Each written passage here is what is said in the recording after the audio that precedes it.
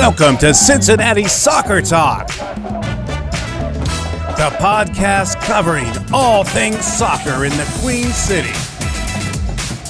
So get in touch, soccer fans. Email us at feedback@cincinnati-soccertalk.com. Now, here's your host, Nick Suberly. Hey, what's happening, CSTers? Welcome to episode 125 of Cincinnati Soccer Talk. It's a CST Free-for-All. That's right, we're going to be opening up the phone lines in the King's Hammer hotline just a little bit later on this evening. FC Cincinnati with a big win over the weekend over the Red Bulls, the Baby Bulls. That was to cap off a perfect week for FC Cincinnati, 9 points in 8 days. They continue to lead the Eastern Conference and continue to gain some ground there in the East with some of the results over the weekend. So it was a good week for the Orange and Blue. Coming up a little bit later on in the show, we're going to visit with Kevin Collins, who is the founder of Orange and Bluegrass, a new supporters group in Lexington. So for folks who are fans of FC Cincinnati down in the south side of the tri-state, I guess you could say, or folks down in Lexington, you have a new supporters group that you could join. So we'll be visiting with Kevin a little bit later on in the show. And, of course, like I said, we're going to be opening up the phone lines a little bit later on to have your say about anything, absolutely anything FC Cincinnati related tonight. Get in touch with us on the King's Hammer hotline, 513-399-KICK. Our own Rob Pierce standing by, ready to take your calls this evening. Of course, if you are watching us live and you don't want to get in touch with us via phone, we certainly understand that. Don't be shy. You can comment on Facebook, YouTube, and, of course, now on Periscope, where we are live there as well.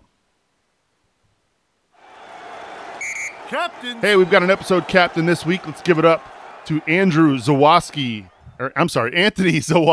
Anthony, if I butchered your last name, I do apologize. I believe that's how you say Zawoski. Anyway, Anthony, thank you so much for wearing the armband for this episode of CST. We really do appreciate your support.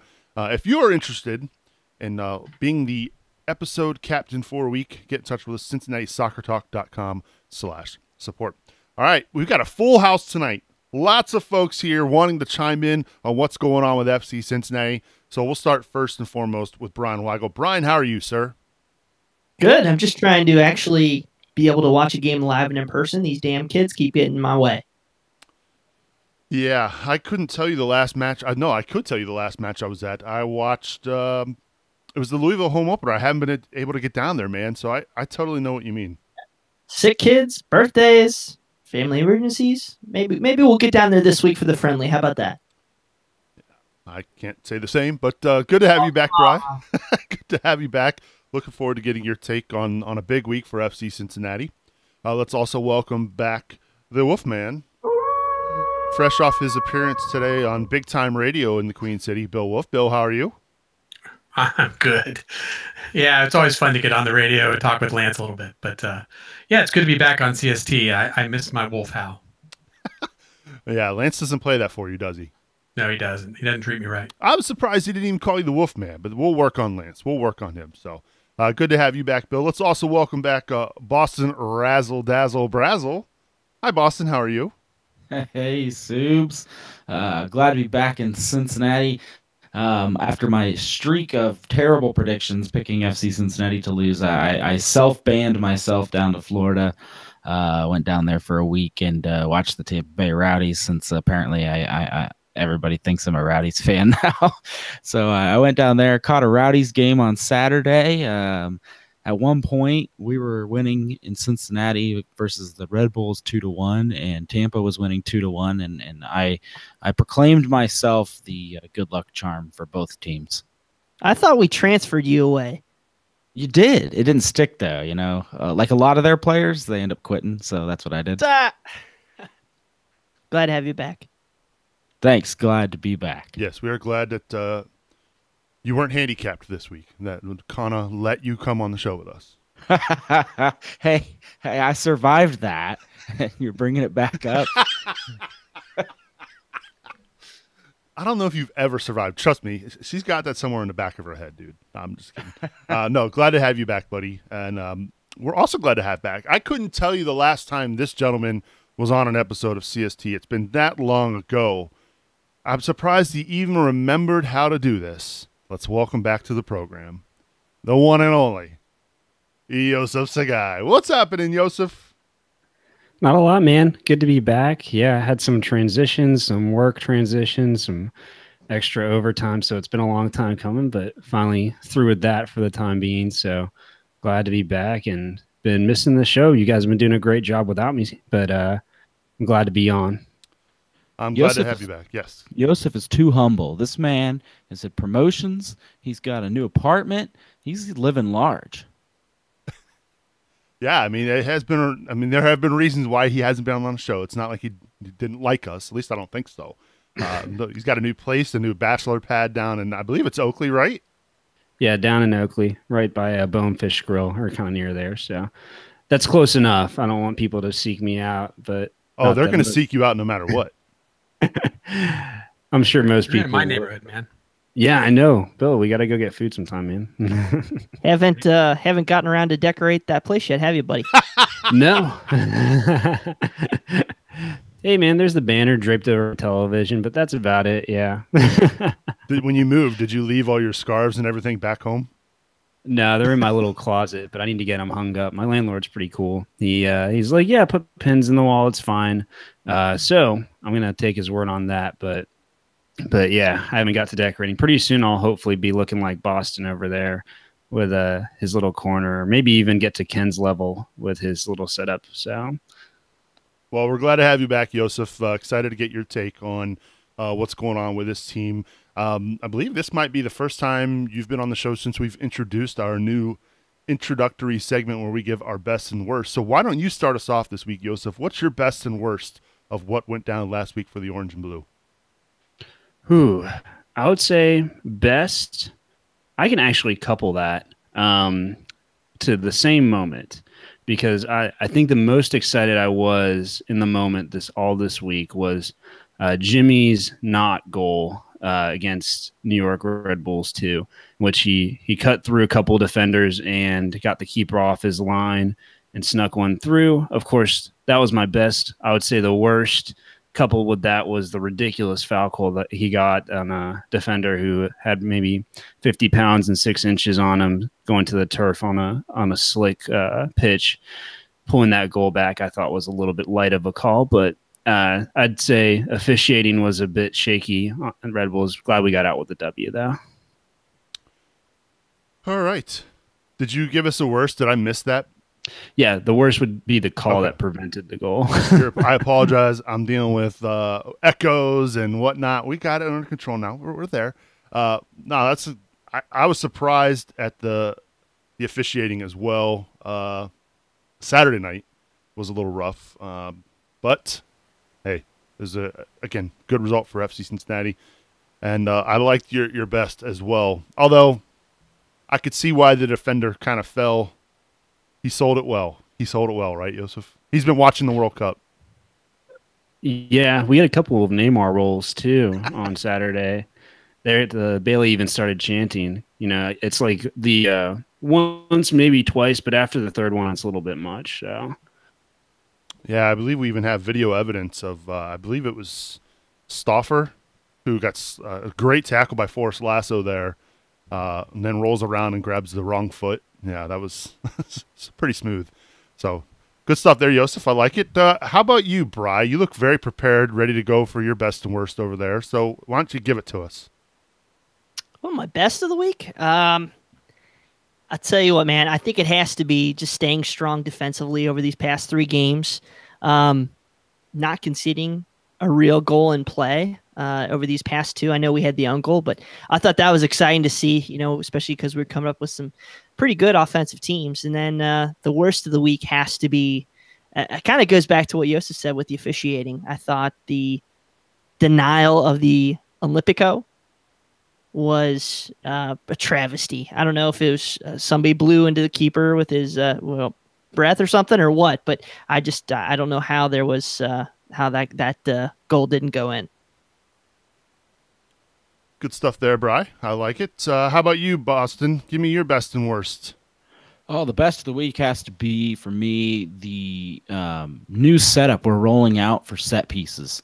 And Allen's been quoted a couple times this week via articles and statements, but he's changed things. He's looked at what Ottawa did against us. He's looked at what happened in the World Cup, and he's found ways to finally make our center backs effective in the box. And quite honestly, it came at a great time when we haven't been putting forward goals into the net. So the center backs have picked up the slack, and I'm just really impressed with the last couple games with our center back scoring. My worst, and I've went off on Twitter about this quite a few times, but the USL is by far the worst of the week, and their lack of consistency with suspensions, throwing out one game here and 3 games for this guy, and definitely seems to penalize FC Cincinnati year after year, more so than any other team, especially this year. A year FC Cincinnati's kept it clean, 0 red cards, hardly any offenses. You got Welshman, who's never, no priors. This guy's got a clean history, and bam, 3-game suspension because they feel like he jabbed somebody, with his elbow. And then, the same team, that we have got fouled by multiple teams just terribly, and most notably Indy 11, and it's just ridiculous. Yeah, that's a good call as far as the worst there, because the consistency is striking. I don't know where they get the number from. I kind of jokingly tweeted about it as well. I said, I think the USL at this point just pulls a number out of a hat because I don't think they know sometimes. So good. I would agree with your worst there, Boston. Last but not least, Bill, your best and worst. Yeah, it's tough to play cleanup here. It's like, all the good stuff's gone. But let's see, for best, I think for me, it was a crappy, yucky, gray, wet, dreary night, and 23,000 people showed up, or at least 23,000 tickets were sold. But beyond the number, the stadium was not empty. The stadium looked full enough. There was a lot of people wearing plastic bags and ponchos, but Cincinnati turned out, I guess, is my best. So, kudos to the city, kudos to the fans. The fact that, we had an important game, people came despite the weather. I think that says a lot about this fan base and about this club. So, I think that's my best. Worst, Welshman was in there, the Desmond no goal for sure. So coming up with something new, I guess the only one I would come up with is, having literally just been handed down the wonderful news about the retro, suspension of Welshman. We have Smith pushing a guy to the ground, in the game. And I get that he was upset, but, right now he's the only left back we have playing. And, he needs to keep his tempers in check, and let's hope that the USL decides to be inconsistent again. So. Well, if it's anything like we think it will be, the USL is going to suspend him for 8 games. He's actually been relegated to the Premier Development League for the rest of the season. He's not even allowed to play. So yeah, I don't know about you guys either, but watching that whole exchange, it looked to me like Smith basically just gave the guy a little chest push, and other thing worse for me would be how much that guy exaggerated. He went flying backwards. He landed on the ground. Suddenly his face was injured. You would have thought one of his eyes had been gouged out. He was like screaming and rolling around and messing with his eye afterwards. It's like, I don't think he even touched the guy's face. So no, he did not. If you go back and watch the replay, he was nowhere near his face. The Red Bulls coach went off and was losing his mind. I think I could see why Blake got up and did what he did. Getting undercut like that, it's dangerous. That's how you get hurt. And absolutely, he's very, very important to this team right now at left back. So I could see why he did what he did. But at the same time, I think Allen will probably instill it this week or actually the next time we play a USL game, which is in a couple weeks, we got to keep our cool. These teams are out to get get us. And when I say us, I mean FC Cincinnati. So you just gotta play smart. And so hopefully, knock on wood, Blake does not get a suspension. The USL sees the video evidence and understands, but we know how that goes sometimes. So my best of the week, probably, I'm gonna give it to Forrest Lasso, man. That guy, 2 goals in 2 games. It's hard to pick over all 3 center backs, but Forrest played great. He's a guy that we've been waiting, and you could see it. It's been coming. You know, he had a chance there in Nashville on a corner kick, just missed the header. But now he's getting those opportunities inside the 6, basically, on a platter, and he's putting them in. So that's my best of the week, Forrest Lasso getting 2 headed goals.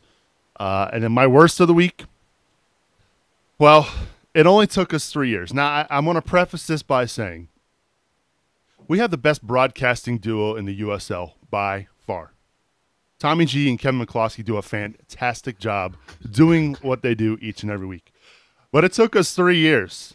It took us 3 years, Tommy G. But you slipped up, my friend. Take a listen. Spencer Ritchie now has a pair of balls to work with. and there goes our clean rating. Oh, Tommy, we love you. We do. Oh. When I heard that in the game on Saturday night, I absolutely lost it. Oh. Spencer Ritchie now has a pair of balls to work with. His fiance begs to differ. Spencer, oh my God. Yeah, there's definitely our clean rating.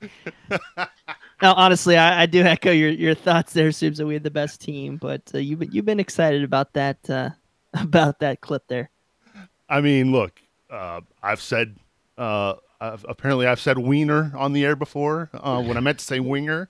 So it happens. I've said it again. But no, we had the best broadcasting duo in the USL. So Tommy G, we love you, man.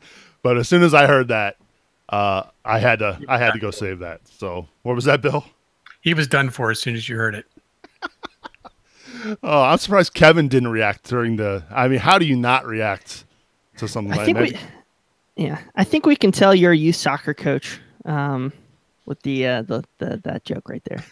You're around the kids all the time. Oh, Kevin McCloskey loved that, by the way. He just commented on Facebook. Kev, I don't know how you didn't notice it, or maybe you did, and you just did a really good job of muting your mic or what. But oh man, when I heard that, I just so funny. We love you, Tommy G. We do, absolutely. All right, quickly as we've got, let's move on. Any key takeaways you want to take away from the week that was? I'll start with you, Joseph. Anything that really stood out to you? Yeah, I really enjoyed. So one thing that concerned me with Red Bulls too is that they had a lot of speed, and I think while we had a lot of obviously 3 games in 8 days, the squad rotation really helped us keep up, and a lot of the players were a bit more fluid that Koch decided to put in. And I think he took some risks of people saying, well, why are you rotating players against a quality squad like New York Red Bulls or a team that's capable of beating us? And I think there was more in mind besides just resting players. So it ended up working out. I know they played a tight game, and the game almost ended with us giving up a goal in extra time or stoppage time. But the team played well, and at the end of the day, we're going to be having a squad that's clear, not only with the games in hand, best case scenario for the squads directly below us, that we're still in the lead. So it's a showing that's going to really position us, besides maybe the next 2 Pittsburgh games over the rest of the season, position us the best possible way for playoff positioning. Is there anything that you? I'm gonna send it over to you now, Boston. Is there anything? I know you weren't there at the game, but is there anything that stood out to you? Yeah, I mean, I think the end of the game, I had to watch it again later because I was at the Rowdies game, but I'm watching you guys through our chat. Right, we're talking back and forth, and the game goes in extra time, and I just see Soups freaking out, like oh no, OMG, like losing it, and I'm like, what's going on? Like, somebody tell me what's going on. Like, I don't know. I just see Soups freaking out. I don't know if it's a good freak out or a bad freak out, and I slowly figure out that it's real bad. Like, New York had just multiple shots, near misses, one by the side of the goal, one just over crossbar. We have to, if there's any takeaway of this winning streak, it's just that we need to clean it up when we have the win. I know teams get desperate and teams try crazy stuff, but I feel like sometimes, especially recently with these clean sheets, we're getting a little more confidence on defense and we're letting teams take it to us. Man, I would just love to see us close out a game where we just maintain possession and keep the ball on the other side of the field. New York's not, come again in the playoffs. It's not a team I want shooting on us at the very end of a game. Yeah, it got very squeaky bum time-ish there at the end. The fact they hit the crossbar in the 92nd minute on a great cross in. How he missed, I don't know. We're very fortunate. When I say we, I mean, again, FC Cincinnati. Very fortunate that did hit the crossbar from point-blank range. But, yeah, I was freaking out because it didn't need to be that close. Like, at one point, you just want FC Cincinnati to take the air out of the ball and just possess and work it around and keep it in New York's half. I mean, Brian and I, we were kind of talking about it there at the end of the game. Like, man, we need to shore this up. Let's bring on Lahoud. And then Brian's like, no, we want to attack more. I don't want to sit back. And then what did we do? We ended up sitting back a little bit. So, yeah, I was freaking out. You're right, Boston. Bill Wolf, though, he's calm, cool, collected. He doesn't freak out ever. Never. I'm like a rock. Just relaxed, chilled. No, I was getting nervous too, but on that side, I think, for me, the thing was just the fact that we did hold the opponents that we've been playing scoreless for a long period of time. Excuse me. We almost 400 minutes of no scoring against our opponents. So that was pretty awesome. Or I mean, them scoring against us, obviously. Yeah. And too, if you think about it, it was the second largest stretch in our history, which is awesome. You're right. It was. And if you think about it too, it was an own goal. So an opponent actually hasn't even scored on FC Cincinnati. When was the last game? I can't even remember. I thought we had 3 shutouts before this, so it's been a while. Yeah. So the defense playing well. Bri, I know you had one thing that stood out to you as well. We saw the voting this past week with Emmanuel Ledesma, fan voted basically the USL player of the first half. If he hasn't shown to you that he's the absolute best player in this league right now, I know our friends at the USL have a different opinion, but this guy's 10 assists so far through 20 some odd games. He's, towards the top 10 in scoring. He literally needs 3 more assists to break the USL record for assists in a season. So if this guy isn't the best player, I don't know what is. He's creating goals.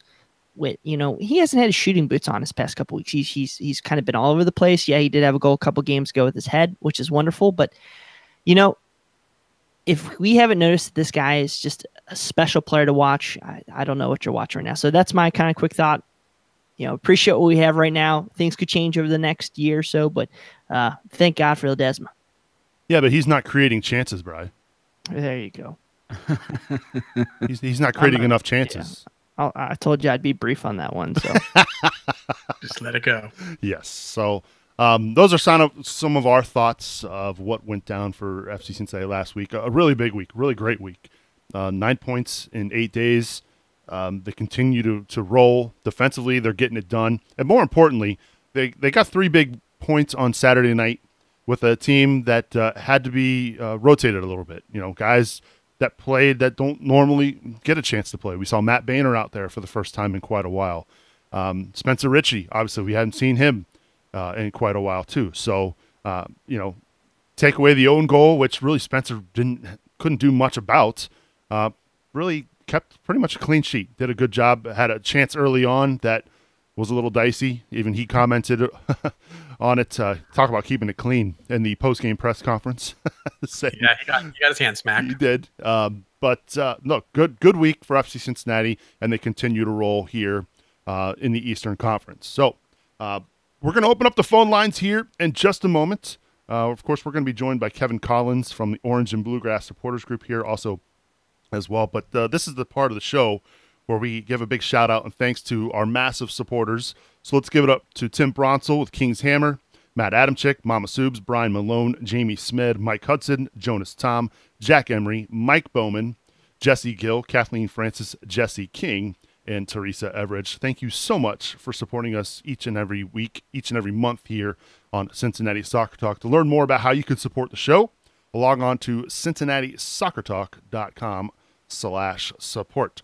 We've got phone lines open. Get in touch with us on the King's Hammer hotline, 513-399-KICK. That is 513-399-KICK. Our own Rob Pierce is standing by, ready to take your calls. This is your chance, FC Cincinnati fans. If you're watching us live on Facebook, YouTube, or Periscope, this is your chance, your opportunity to call in and discuss the orange and blue. Speaking of the King's Hammer hotline, let's welcome in the founder of the Orange and Bluegrass Supporters Group down in Lexington.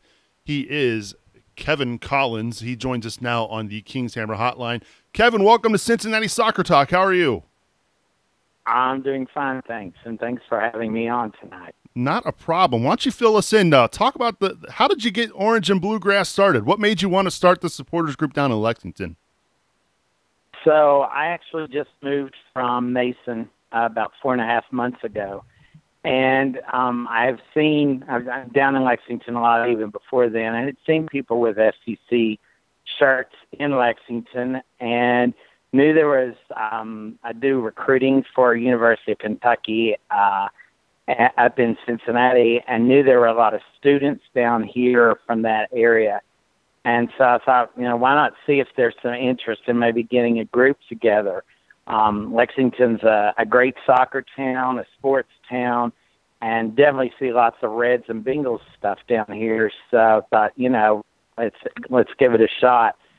So I had already started the process of trying to talk to some people in the FCC office, and Tyler McClure that lives down here, he actually posted on the Bailey Facebook page about trying to get a group started. So I jumped in and said, hey, I've already actually started the process, but definitely would like some help.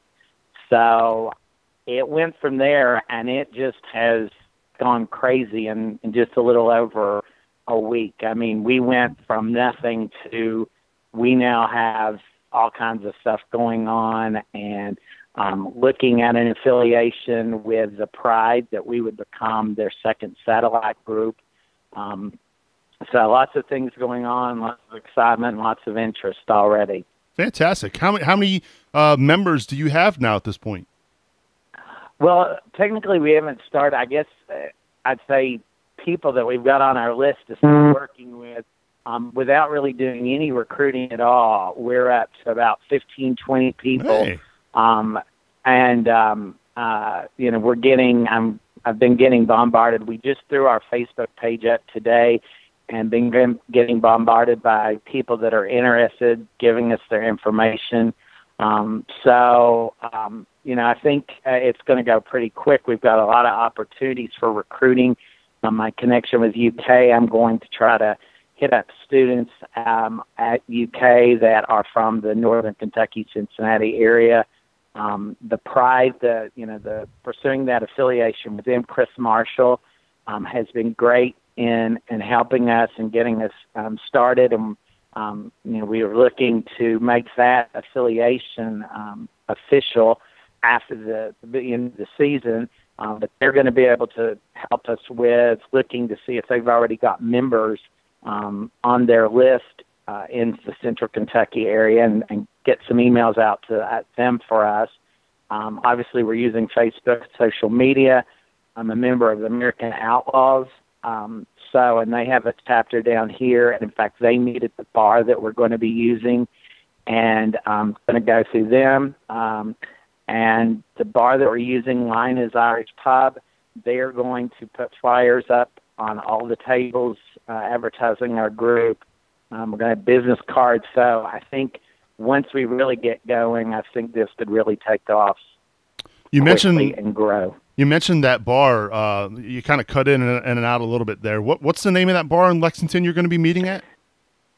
So it's called Lynagh's, Lynaghs. It's posted on our Facebook page as well as on the Bailey webpage or Facebook page. And they are located at the corner of Woodland and Euclid, just off UK's campus. Okay. And they are a huge soccer bar. They are the home bar for the American Outlaw chapter here. They also, on Saturday and Sunday mornings, do brunches for English Premiership matches. They are also the home for the Arsenal chapter down here. So they have, just in 3 or 4 days that we've been working with them, they are bending over backwards. I mean, they are doing anything and everything they can to help us. We're going to have a back room. They've told us we can bring in, families with kids, students, the college students that are under 21.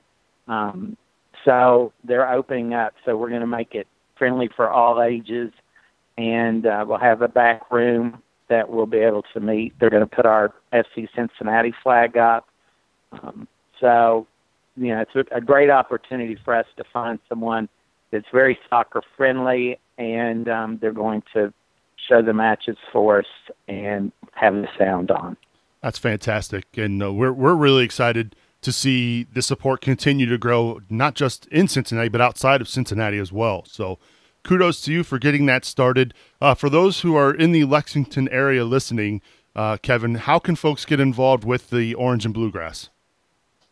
Yeah, so a couple of ways. As I said, there is now a Facebook page up, FC Cincinnati Orange and Bluegrass. And then we have an email also that we've started. It's fcc.orange.and.bluegrass@gmail.com. So they can contact me through there also. There's actually 3 of us that are, I guess, on the board. Myself, Teresa Everidge, and Tyler McClure. So the 3 of us have sort of are leading the way, but definitely looking for anyone that would like to get more involved, to get involved. And then we're going to be hosting our first, it's sort of hard to believe that our next road match is not until August 25th, but we're going to use that opportunity to host our first watch party at Lynagh's. Very cool. Well, congratulations on getting it started. Keep us posted. Let us know if there's anything we can do here at Cincinnati Soccer Talk to help get the word out. And we're excited for you. And thank you for being with us here on Cincinnati Soccer Talk, Kevin. I appreciate it. And I'd definitely like to thank, because the thing that's been amazing is not just people from here that have been jumping in and helping us. It's people all over. We've been getting a lot of ideas, suggestions from people on Facebook that are not part of this community. In fact, the name came from someone that is not located here in Lexington, Jason Yates. He posted, you ought to use this name. And it's like everyone was like, yeah, that's a great name. That fits perfectly. So our logo, we're working on a logo that's going to utilize some of the bluegrass, the horse racing, bourbon, use that in our logo. So that'll be really cool. Fantastic stuff, Kevin. Appreciate you being on with us, and best of luck with the new supporters group.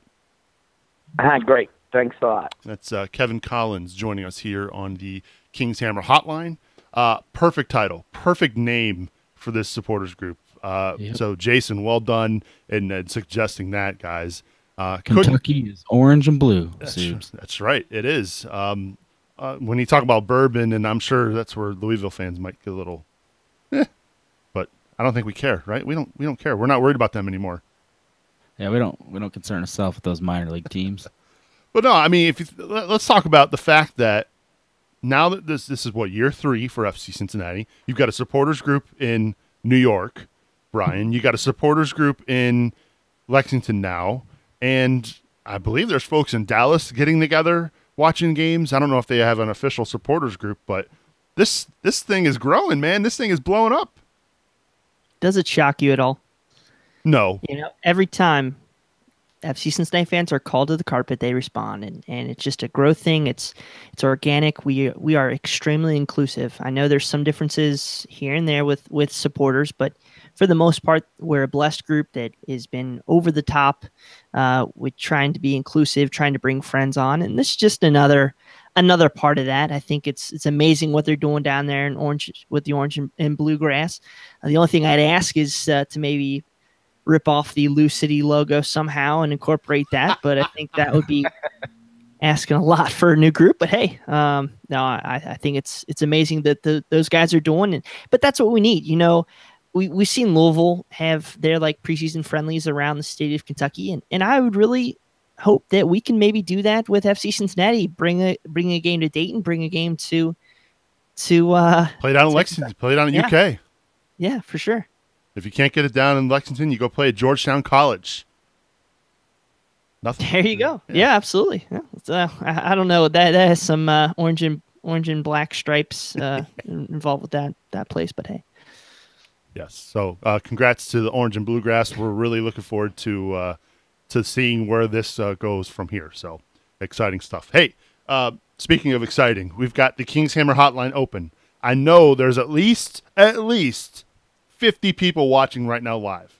If you combine, yeah, it probably is more than that. If you combine Facebook and YouTube and now Periscope, we got a large group watching us tonight. Call in. Rob Pierce is ready and waiting to take your call. 513-399-KICK. 513-399-KICK. He's standing by. Let us know. Anything that you want to discuss, it's on the table tonight, folks. It's on the table. So please give us a ring, 513-399-KICK. All right, let's go back to the King's Hammer hotline. Let's welcome in Alicia. Alicia, thanks for calling us here on CST. How's it going? Can you please explain to me why it is Spanish-speaking night at FCC this weekend? Well, hello, Bill. How are you, sir? Yeah, I'm good. Bill Grandesto here, and I'm looking at the FC website, soon to be of the MLS, but I'm on FC's website. It says I got to speak Espanol this weekend. Are you kidding me? Is that what we've become? FC Cincinnati, obviously, this upcoming weekend has an international friendly. This is their third international friendly. They're taking on Espanol from La Liga. Are you not excited about this, Bill? No. It says speak Espanol and that they're playing the Barcelona. Bill, I think you're just misreading I'm the whole excited. thing. I'm excited to see the greats like Christian Pulisic, who plays for Barcelona, but I don't know. I'm going to speak English the whole time I'm there. I'm going to chant in English, and I'm going to do what I want because I'm an American, and that's my God-given right. Bill, I gotta hate to break it to you, but Christian Pulisic plays for Borussia Dortmund, not Barcelona. Oh, you can make up whatever team in Narnia you want, but I know my soccer. Trust me. Oh man. So yeah, I guess the question I have to ask you, Bill, is, can you speak Spanish? Well, I'll tell you what. I can't speak Spanish, but I tell you what I can do. I can manage a team or an organization or my own restaurant better than James O'Connor. And speaking of which, I'll tell you what, I manage the boys at my Burger King way better than any of those Lou City players manage their own teammates. So what happened now? I mean, because James is no longer down in Louisville. It's like he got transferred to a different Radio Shack. Oh, so funny story. He took the Orlando City job, but he has incurred a ton of debt from living in Louisville because Louisville, frankly, just couldn't pay him. So the good news is he's been brought on a team that is going to help relaunch the Magic Jack and a brand new Circuit City location. And, I'll tell you what, boys, we're all very proud of him. I mean, I still hate the man, but I'm proud of him for getting his act together and his life together. But Louisville City, they got a real problem. They ain't got a manager, and I think they need to send them players to maybe like a local restaurant chain or maybe one of their local partners to learn some management skills. And I'll tell you what, a good place that they could learn some leadership skills from, maybe check out a Papa John's. Oh, yeah. You went, John, There it is is. not just a Louisville City supporter, but he is a great man to learn from, and I can't think of anything wrong with him. Oh, Wow. Bill. So we had some big news here a minute ago. We are launching a Orange and Bluegrass supporters group. Are you going to be a charter member of that? Oh, is that what that boy was talking about? I heard him say he was starting a UK group, and I figured that was for those socialist Britons over there, them idiots who play the World Cup that no one watched, by the way. Yes, University of Kentucky, not the United Kingdom, Bill. Okay. Well, I mean, I did not attend the university, but I have been to the local jail cell within their football stadium, so I maybe will consider joining. Wait. Thank you for that information. Wait, Bill, people go to UK football games? Yes. Okay. Some of us are big fans, Nick. I don't know. Not everyone likes the teams you like. I can see your scarves back there. Kings Hammers, Wingate Ford, and the FCs. Yeah. Not everyone likes your team. But anyways, boys, thanks for having me on. I'm sorry I haven't been here in a while. I've just been, just dealing with my life and dealing with things. I got thrown out of DNStat, that dumb German supporters group, because I spilled mustard on one of their shirts of the pretty vice president. Got all mad at me. So I'm looking for a home. Maybe I'll join this new one, and I'll see. I'm just trying to get my life back together and back on track. Yeah, last time we spoke with you, Bill, you were actually in the Slammer. We had to take a collect call from you. So did you get that all cleared up down in Louisville? Oh, yeah. No, don't get me wrong. The good news is they have dropped the charges. So I'm a free man. However, that collect call thing may still happen because I'm borrowing my nephew Brendan's phone tonight. But I'll tell you what, 1010-220 still works, and 1-800-CALL-ATT is still a good deal. So I've been using that. Oh, my gosh. I forgot about Call ATT. That was how I got home from that's how I used to get home from Kings Island, Bill. I had to use that to call my parents. I didn't have a cell phone back then. Well, I used to go home from Coney Island on a riverboat or in the back of someone's truck, depending on how much I drank.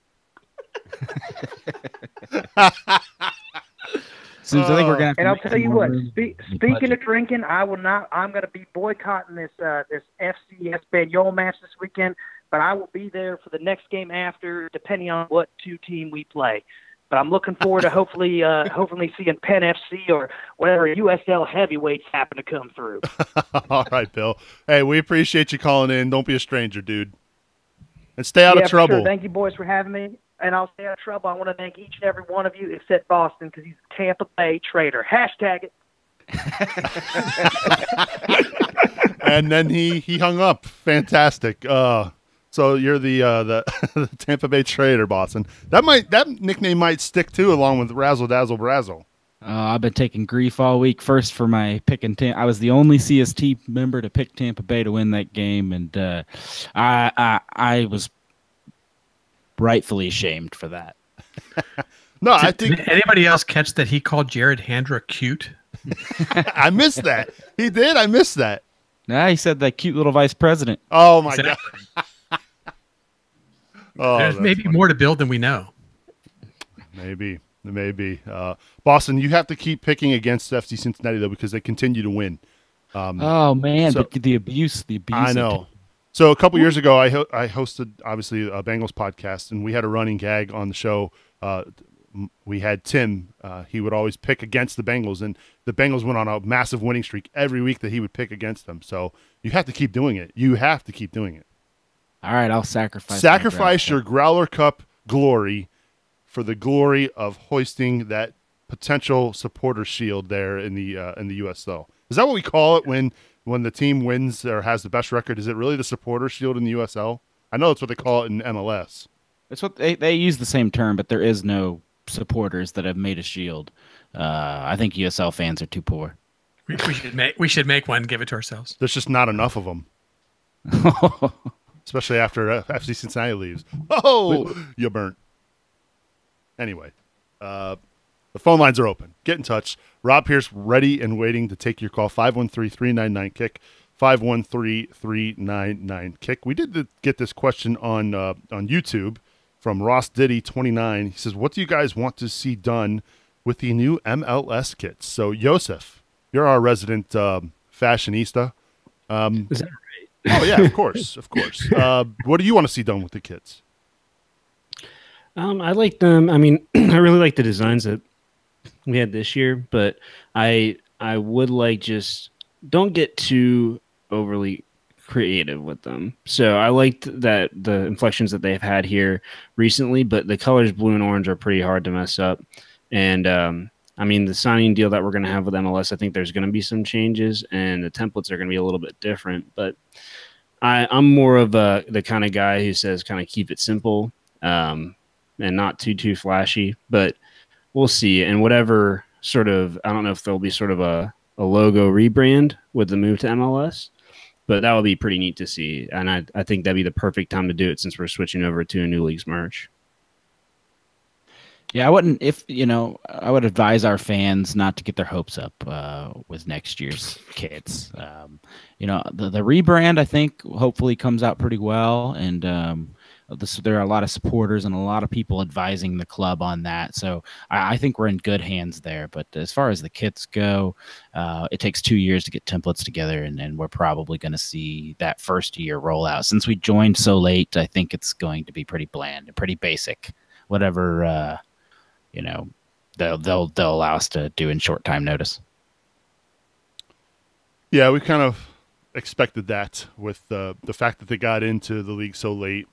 And although maybe they've known about the getting into the league a little bit earlier than we all did, maybe they had a little bit of a head start as far as the uniforms go. But I think it's been pretty much made clear that this year's kit in 2019 will not be very custom. It's going to be something that you can find off the Adidas shelves somewhere with just an FC Cincinnati logo and obviously a Mercy Health logo there on the front. So thanks for the question, Ross. I too think that you got to stick with what's been working. I like a solid. I didn't like the bomb pops really there that first year. I like a solid, just a solid color. Taste. Yeah, you're right. I don't have any taste, Bri. I agree with Subes. I like the solid, like if we're going to have an orange uniform, just make it a solid orange with something like stitched in there, like, diamond pattern inside, but not a different color pattern. I just like a solid one color uniform, and that's just me though. So have a blue one, have an orange one, and have a white one. Are you 72 years old or something? Old guys wanting all bland one color stuff? Yeah, I am.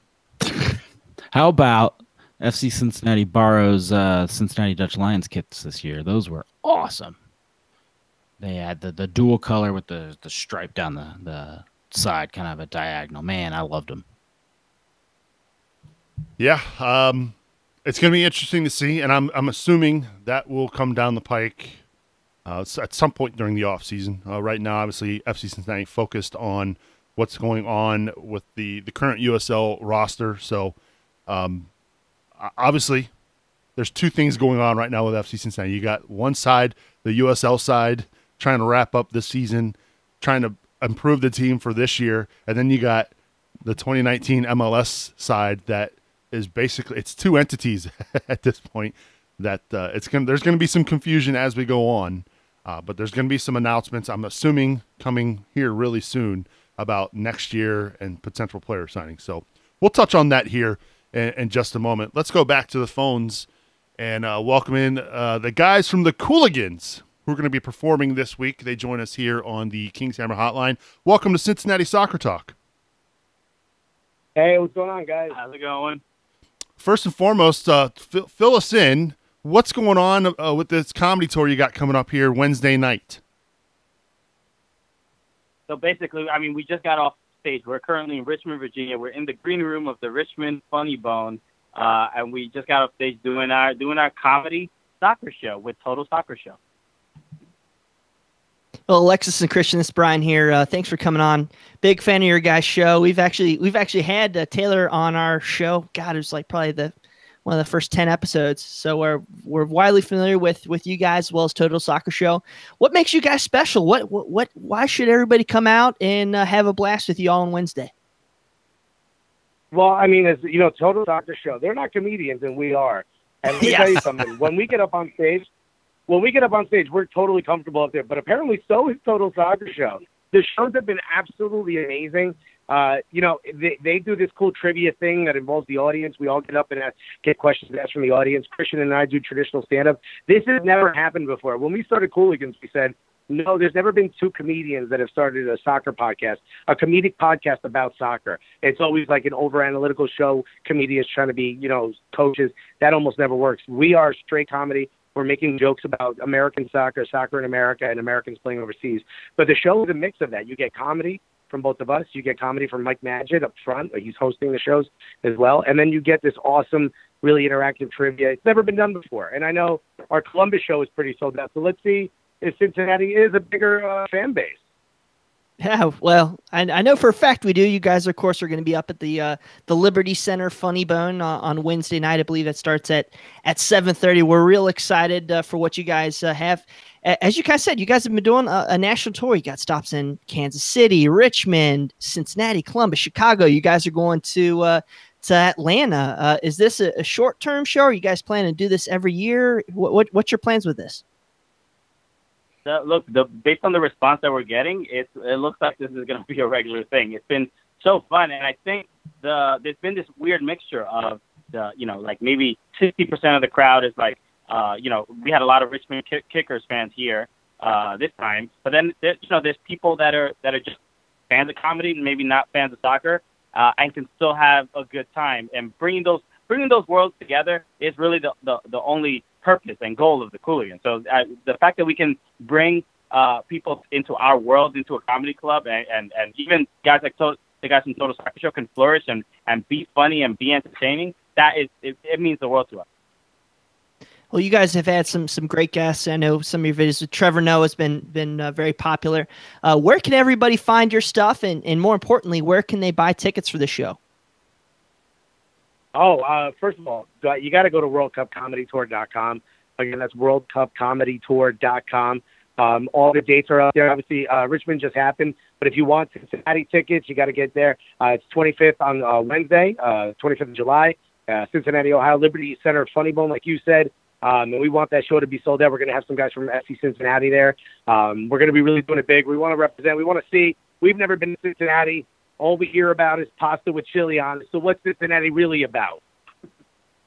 Oh, well, you got to try the pasta with the chili. Good old Skyline. Make sure to get at least the 3-way with the big mound of cheese on there. I know you guys got to like to eat some good food, right?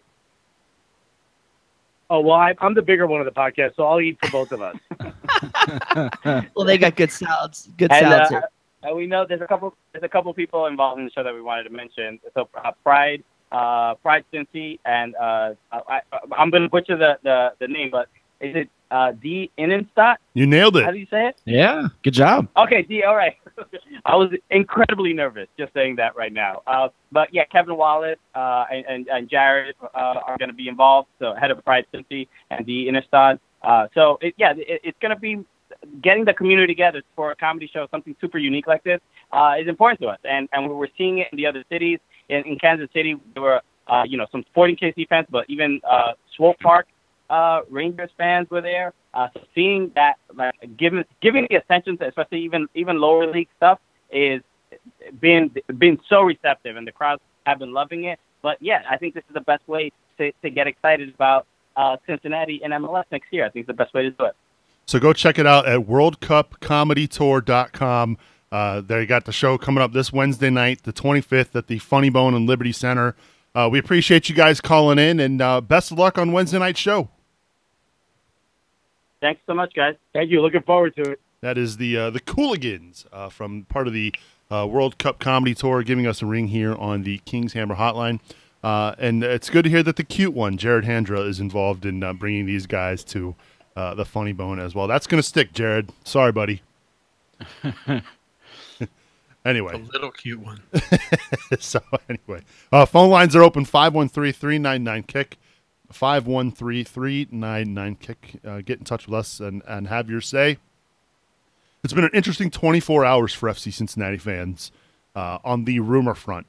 And this is really, really cool because for the first time in the club's history, they're a part of a big transfer rumor with Major League Soccer. that in itself was cool, although it doesn't look like it's going to come to fruition, we don't think. But there was a pretty big rumor going around about Orlando City SC's Justin Miram possibly landing in Cincinnati. When you heard this rumor originally, Bry, your ears had to have perked up. Well, I think he's a household name in a lot of Major League Soccer circles. He's a proven goal scorer. He set up quite a few chances, and he's been an all around pretty quality player when he was with the Columbus Crew. Of course, this past year he moved to Orlando City as a part of I believe the fee was around $1 million in a mix of TAM and GAM, which we'll inform you all about. Yeah, of course.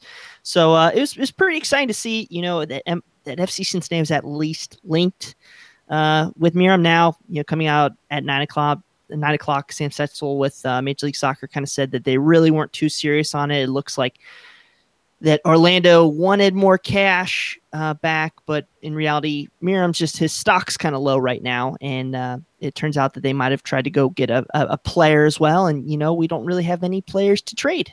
So, it doesn't look like he's going to join us, but, if FC Cincinnati is at least in conversations for players of this caliber, we've heard that our sporting director, Luke Sassano, has been traveling. We've heard GM Jeff Birding's been traveling, evaluating players and trying to talk to different teams and stuff. So I'm excited at least that this is coming together. The window's been open for a couple weeks and we really haven't heard too much. I think we all were hoping at least a little bit more. For a little bit more than what we've had, but these things, when they do come, they'll come fast and furious. So I'm getting very excited for it.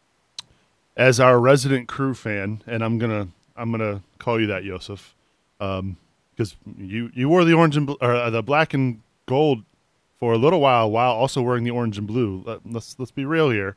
But you've made the right decision moving forward.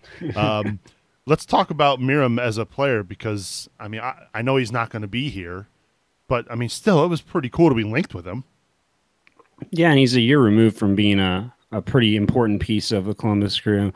Justin Miram, he left Columbus amidst kind of the instability that's been going on, and I think it's been a tough transition for him to fit into Orlando's system. So as Bryce said, his stock's a little low, but if he told me like this time last year that we are going to have this kind of player even mentioned without people scoffing at the possibility, and some people did, but it's neither here nor there. I would have laughed saying, hey, well, this guy scored, I think he was in the 10 and 10 club. He's definitely got some attacking prowess for Columbus when he played. And at the very least, what we're seeing is that when FCC does make that jump to MLS, that it will be a destination for some big name players, even if the stock's a little down. Yeah. So but the thing we need to point out is even when we're linked with a lot of these guys, it's going to be tough to bring in some of these high quality players currently in Major League Soccer because we don't have the assets to trade yet. And that's what a lot of this, when you talk about trades between clubs, it's built on the TAMs and the GAMs and all that stuff, which we don't have yet. So don't expect us to go out and get some of these big names during this window. It might be possible, but I think it's a little bit unrealistic if we do go out and pull out somebody of this caliber. Again, it was a fun little rumor while it lasted. The fact that we were linked and that process has now started is pretty cool. So it would have been great to see him in the Queen City. But for now, it looks like he's going to go to a different destination. Obviously, things aren't working out down in Orlando with new head coach James O'Connor. What a shocker. So we move on. 513-399-KICK. 513-399-KICK is where you can get in touch with us and have your say tonight. Again, Rob Pierce standing by ready to take your calls. Let's go to the King's Hammer hotline, and let's welcome in Mr. Viral Tweet himself, Connor Paquette. Connor, welcome to Cincinnati Soccer Talk. How are you? I'm doing well, guys. How are you? Oh, we're doing fantastic. First and foremost, I want to know, so last week you sent out that tweet with the crazy ending to the North Carolina FC Charleston game. How did you have to shut your phone off? Because it seemed like it was just going bonkers. It it was definitely annoying a little bit, just because like when I did send out other tweets or when I was trying to read comments or communicate with other people, it would just, every time I saw notifications, it would just be like 7 more people liked this tweet. And I was like, okay, great. I already know. But it was, I mean, it was a fun experience, but like I still get occasional notifications where like just this person in like another country with a clearly different name within another language is like liking my tweet like 2 weeks after it happened. So it's fun, but it's a little annoying, not gonna lie. And how many views total did the video get, or the tweet get? I think it went like north of 400,000, which is, I mean, most of those were probably just me rewatching it because I was laughing so hard. But I stopped counting after that point. Oh man, what a crazy ending! Anyway, you got a question for us regarding FC Cincinnati? Yeah, I do. And if you don't mind, just to go off of what you guys were talking about before with Miram, I just want to throw in real quick that a lot of people are forgetting that the expansion draft is coming up. So I think we're going to see who's available then before we start making any big name signings from MLS anyway. So just to tag that on. But anyway, looking forward, I love stats. I'm a big stats nerd, if you can't tell, and I always look at the highlights and stuff. But looking forward, we've got about 13 games left. And we actually have a lot of big games coming out, especially towards the very end, the 3-game run in just a couple weeks between Pittsburgh, Nashville, and Indy. And I'm starting to look at where we're at right now, and we're undefeated in about the last 10 games. Yeah. But, these streaks don't last forever, and our guys are going to get worn out, and we need some rotation. But at the same time, it would be really nice to finish the league at the top. So in the playoffs, we would have home field advantage throughout. Because I don't know about you guys, but before we go to MLS, I want to win a USL Cup. So how much squad rotation are we going to see in the next few weeks? Are we going to see a lot of B team playing and give our guys a lot of reps, especially going into those final 3 weeks? Or are we just going to kind of let it ride out and see what happens? Yeah, my guess is you're going to see a lot of squad rotation because you can kind of tell. I think there are some guys getting tired now, and that's not what you want as you peak towards the end of the season. So I'm going to throw it over to you, Bill, because you're kind of our insider here. Squad rotation. It's gonna happen. But how much of it are we gonna see? I don't know about insider.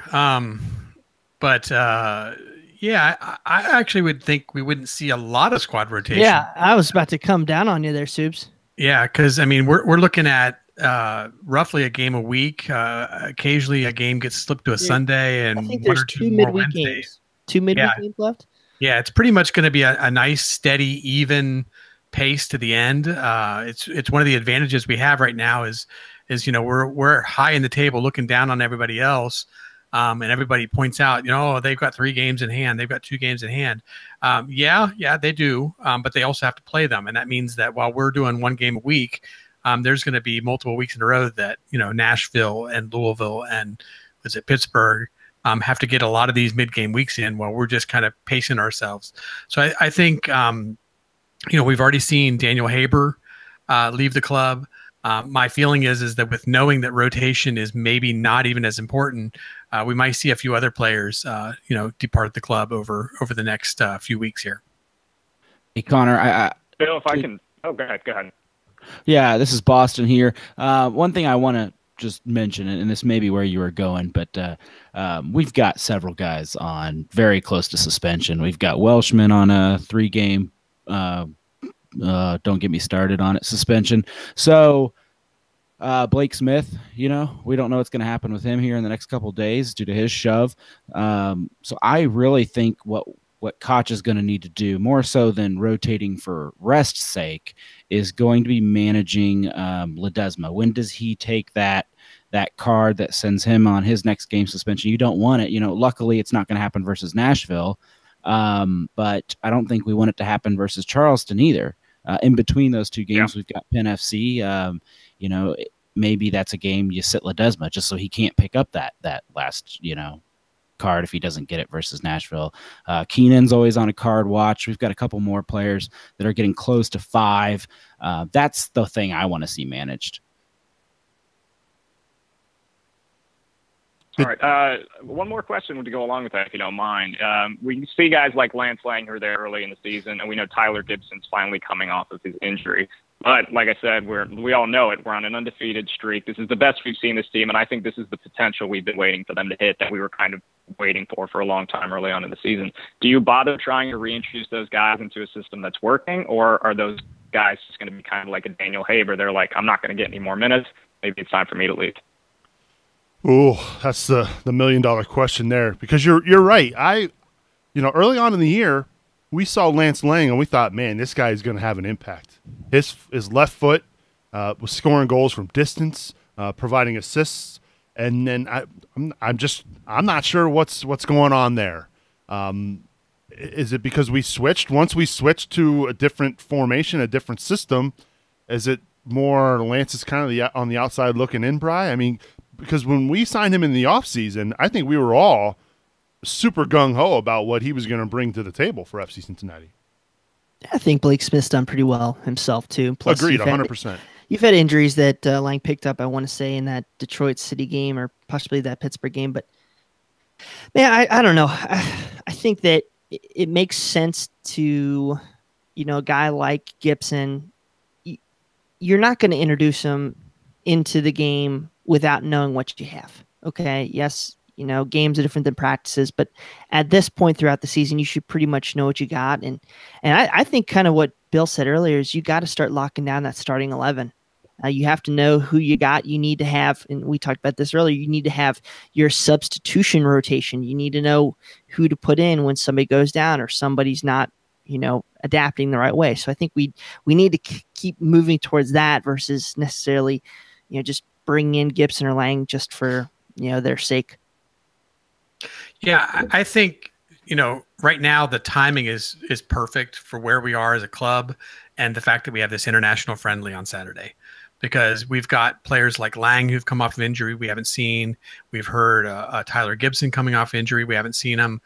We have a couple other players out there. We haven't seen a whole lot of time for them. I have a feeling that Saturday's game is going to be an opportunity, maybe a last opportunity for these players to really get out there and try to prove why they stay on this roster.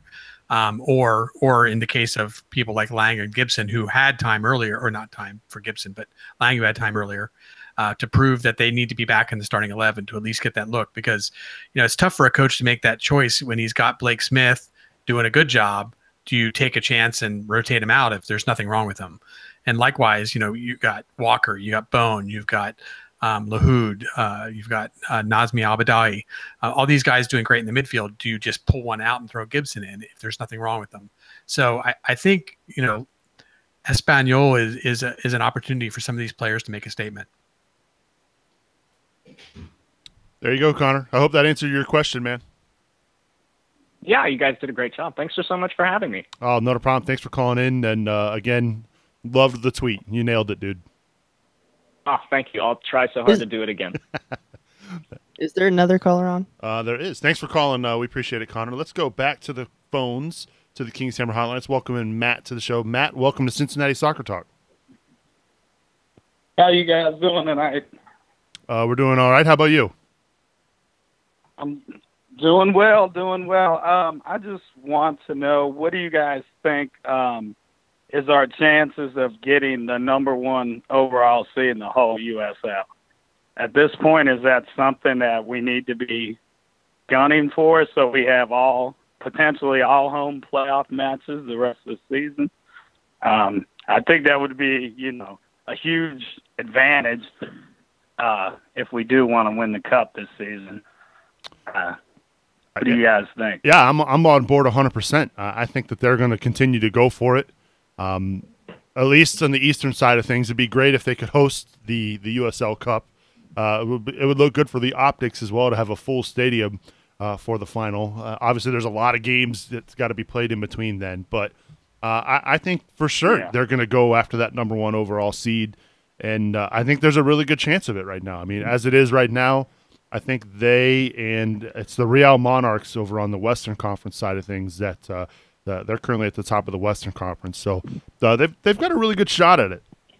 Yeah, they do, and the Monarchs play Phoenix this week while we're off, and those are two really good clubs going at each other that they're going to have to decide that. It's going to be cool if we get the #1 overall. But I don't know if you guys remember last year the USL made a change to the rules, and now it's awarded by bid, the USL Championship. Oh, that's right. So it doesn't actually matter if we win the overall Supporter Shield because if it's real Monarchs versus FC Cincinnati in the playoffs, hypothetically, it's going to Cincinnati. There's no way the USL is going to award it to a 2-team.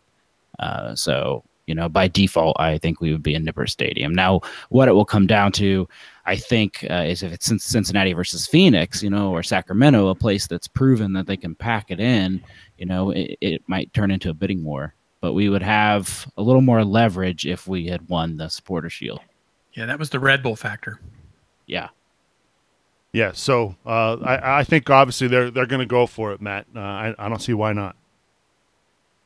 Yeah. Okay. Well, yeah, and on a more important topic, and I know Boston has been helping me on Twitter kind of carry the torch on this, but Sprinkles, ever since he's gotten that red card, has been terrible in goal at halftime. I mean, he's been laying all these balls. He continues to kick the ball into the goal for the kids, which ends up being an own goal, and they get no credit for it. I mean, I don't know what's going on. I think we might need to get somebody else out there because he's giving these kids these participation goals, and I mean, I don't think that's teaching the kids anything. No, Cincinnati, they're going to want trophies. I agree with you. The youth of Cincinnati are becoming terrible soccer players, and it's all Sprinkle's fault. We need to teach these kids life is hard. Life is difficult. You don't always score goals. You get it, Bob. It's just it's really been an embarrassing performance by him these last 3 matches. Really has. That's funny, Matt. I see you had one more thing. Oh yeah. Well, yeah.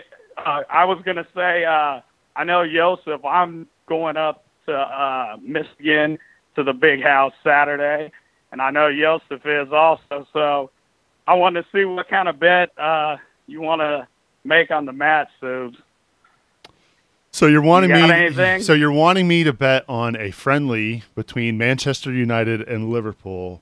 I'm gonna hold off on that, mainly because there's no way Manchester United wins on Saturday, Joseph.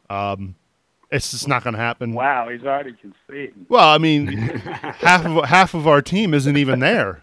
They're still coming back from the World Cup, so you could play a lot of our academy guys on Saturday and win and look good doing it, Joseph. But I'm not making a bet. I don't even think that they've scored 1 goal in 2 games. They drew 0-0 with San Jose over the weekend, Manchester United. So, yeah, it's just you're going to go up there, Joseph, and you're going to see Manchester United B team. I'm sorry, and that's a big reason also why I didn't buy tickets. So let's be realistic. This is going to be the best chance that United has to beat Liverpool all year. It's going to be the friendly because when there's actually something to play for, I think we both know who's going to come out on top. Well, I will say this, too. If Karius plays in goal, we might have a chance. Oh, geez. I'm not – it's still too soon for that one. Still too soon. No, I don't think it is. Poor guy's taking too much already this week. Come on. Well, he played a part in that, though. Matt, appreciate the call, man. All right. Thanks. Have a good one, y'all. You too. That's Matt giving us a ring here on the King's Hammer Hotline. Going a little bit long tonight here on CST. It's a free-for-all. We've got the phone lines open. So, breaking news here, Subs. Oh, bring it on. Congratulations to Evan and now Mrs. Kelly Newton. Tying the knot yesterday. Just put it on Facebook. So congratulations to the newlyweds. Wait a Kelly minute. and Evan Newton. They just got married yesterday? They just got married yesterday. That's what it's looking like right here. It was like 2 days ago they just got engaged. Yeah, literally like 35 days ago, something like that. Yep.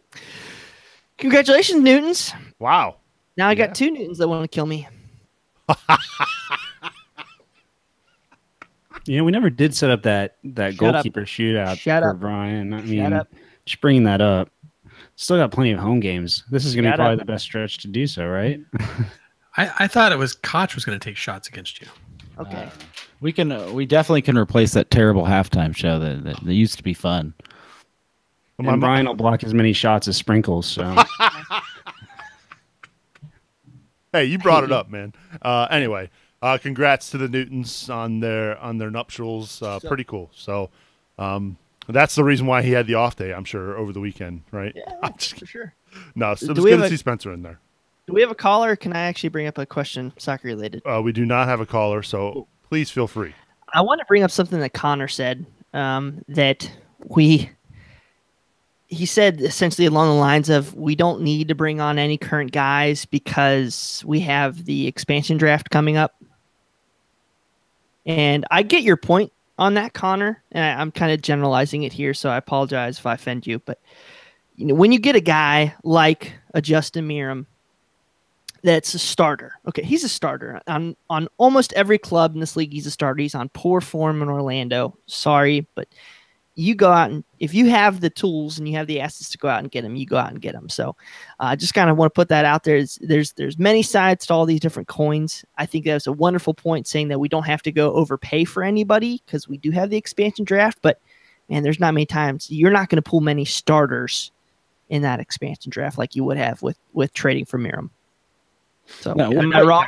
What you do in the expansion draft is what everybody's done the last few years. You take your 5 picks, you even pick players for other teams, and then you trade 2 or 3 guys together for us. Get more assets. Yep. Yeah. So that's what I expect to see out of FC Cincinnati. We're not going to pull 5 guys and put them on our team. We're going to trade those 5 guys for 2 really good guys. Hopefully. And that'll be a fun process. I'm trying to think, when did the expansion draft happen last time in relation to the year? Was it in the calendar year before? Or it's like a week. It's a week after the MLS Cup. Okay. Everything's in December. So it'll be quickly after that wraps up then. Right on us. Mm-hmm. Okay. So obviously, when 2018 ends, as far as the on-field stuff goes, FC Cincinnati will be thrust right into it. So the transfer, and I saw this discussion the last few days with the Meram stuff. I mean, FC Cincinnati at this point, correct me if I'm wrong, guys, they can go out and make a signing for next year's team right now. I mean, I keep saying like FC Cincinnati's not in MLS. Well, actually, aren't they already in Major League Soccer? Can't they go out and make a signing that would be for next year's team? I mean, didn't teams like Minnesota and Atlanta sign guys well before they were in the league itself for the calendar year? You just sign contracts with the league. I mean, that's really what everybody signs contracts with the league. So, I mean, theoretically, yeah. I assume that's what we're going to do. Somebody will sign a contract with Major League Soccer and we'll loan them out or send them to FC Cincinnati USL, which technically would still be a loan. So, yeah, I mean, obviously we can't. At some point, you have to bring these people in before we start playing, right? I mean, you can't sign people in March or even if you want to talk preseason, you can't sign people in January. You have to have this stuff happening in, November and earlier. So yeah, we're gonna definitely have to sign people before we have sort of the MLS team. I think the question was, are we an MLS entity currently, right, Subs? Yeah, I mean, I would think we are. I mean, the expansion announcement has happened. At that point, can't FC Cincinnati move forward with their MLS plans? I mean, I kept seeing it on social media that they're not even in MLS yet. How are they going to make signings? Well, technically they are in Major League Soccer. They're just not playing out on the field. So they are a franchise. What's to stop them from going out and signing? Yeah, I don't think there's really anything, but it's just it's a cost thing. Yeah, well. Yeah, it's okay. It's like the point of, if we got Meram, and we don't want to pay his $500,000 to play in USL the rest of the year or whatever, you would loan him out, and so hopefully somebody would pick that cash up. So everything's signed within the league. It's tricky, but I mean, there's absolutely ways for us to get players right now, and then still have them not play for our USL club too, it's all over the place. Yes. So I drew more questions than answers. Yeah, probably. Yeah, so look, it's been a fun night as far as the free-for-all goes. We appreciate everybody calling in tonight as we begin to wrap things up here on the Cincinnati Soccer Talk podcast.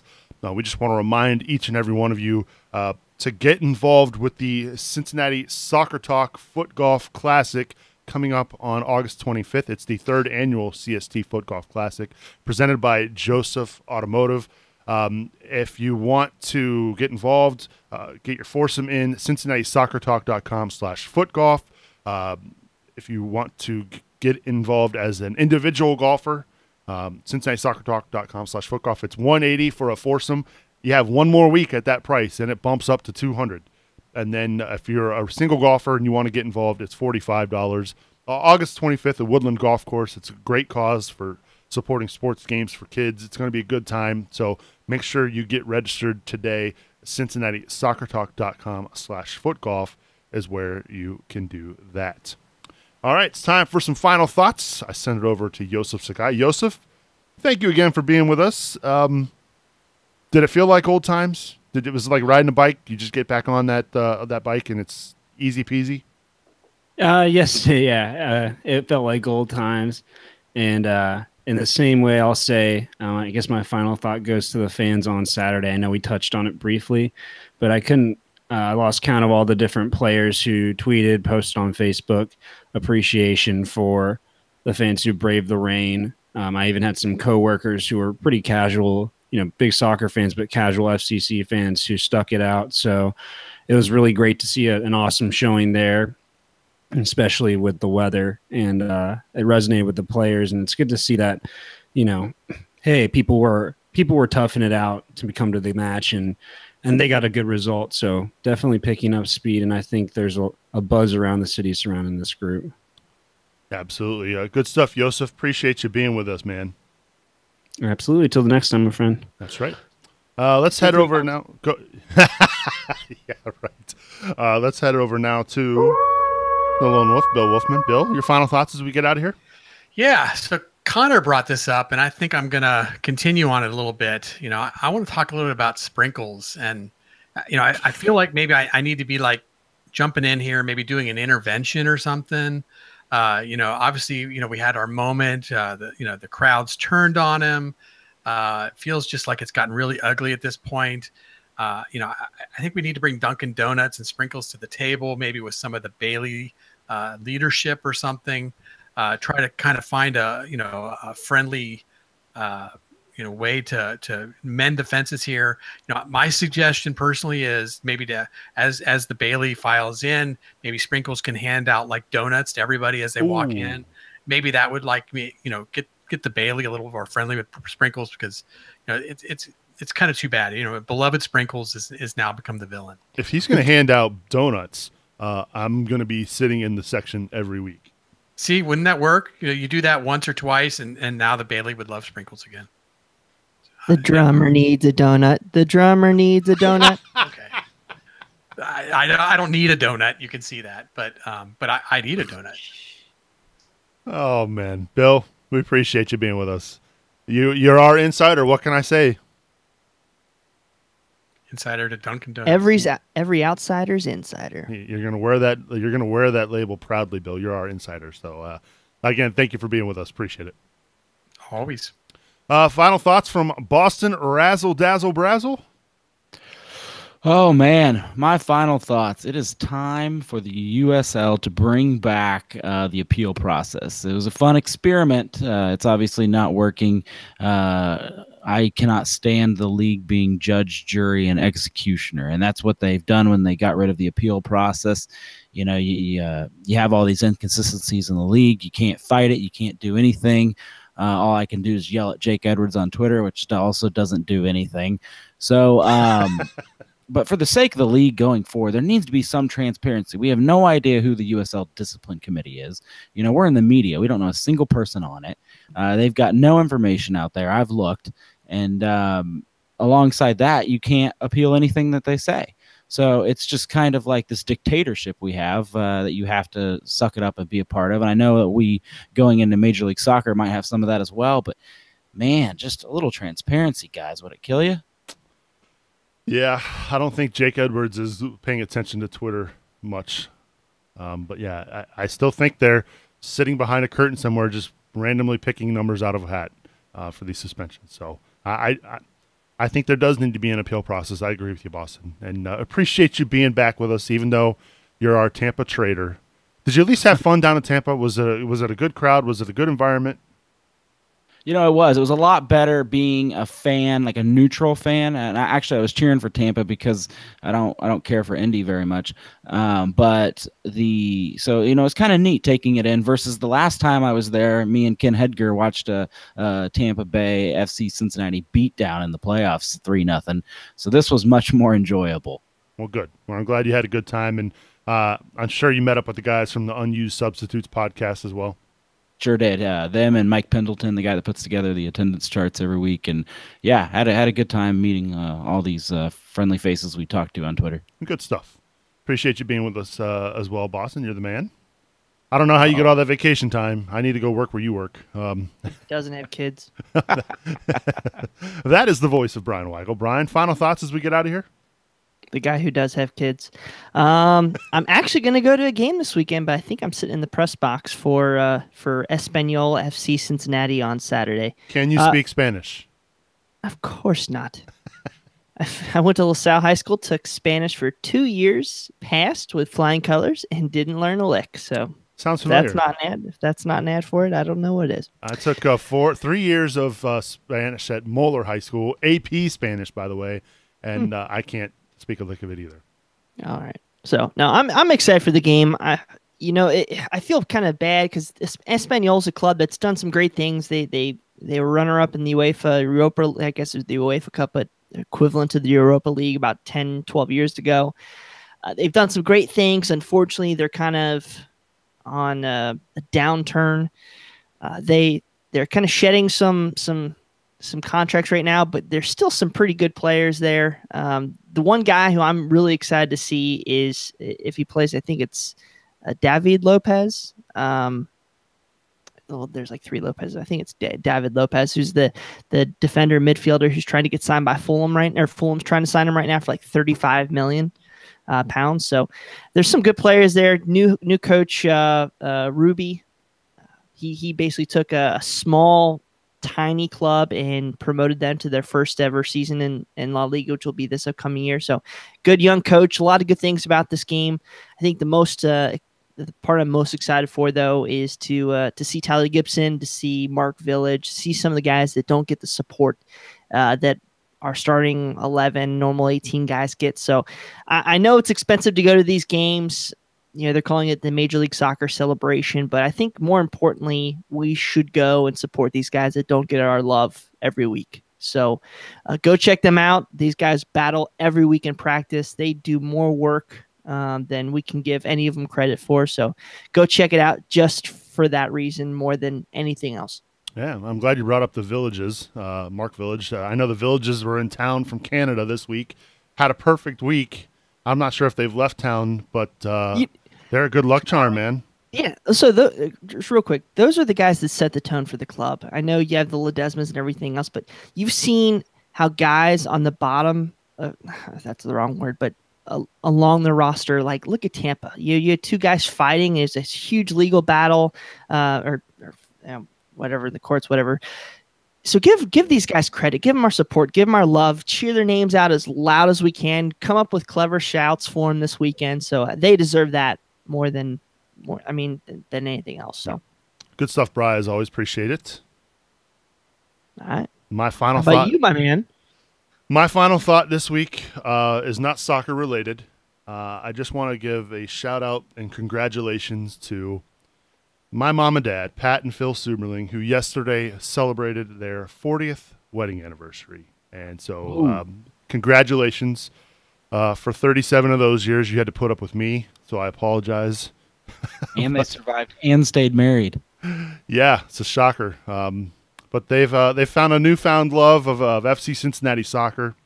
So, yes, I just want to say congratulations, Mom and Dad, on your 40th wedding anniversary. They were at the game Saturday night, stayed dry. It's a good thing I picked the seats that I did during the season ticket process. So, anyway, if you're watching live, and I know my mom is right now, make sure you send them a congratulations on 40 wonderful years of wedded bliss. So, yes, that's my final thought this week. I just want to give a big shout-out and thanks to Kevin Collins of Orange and Bluegrass for joining us. Also, the Cooligans. Go check out the World Cup Comedy Tour coming up on Wednesday night. WorldCupComedyTour.com is where you can get tickets there. The Funny Bone and Liberty Center. And, of course, last but not least, big shout-out and thanks to our episode captain, Anthony Zawoski. Anthony, thank you so much for supporting us. If you want to support the show, you can do so by going to CincinnatiSoccerTalk.com/support. All right, it's time we get out of here. My thanks to Bill Wolf, Boston Razzle Dazzle Brazzle, Joseph Sagai, and Brian Weigels. I'm Subes, reminding you to watch your tackles, and we will see you all next week.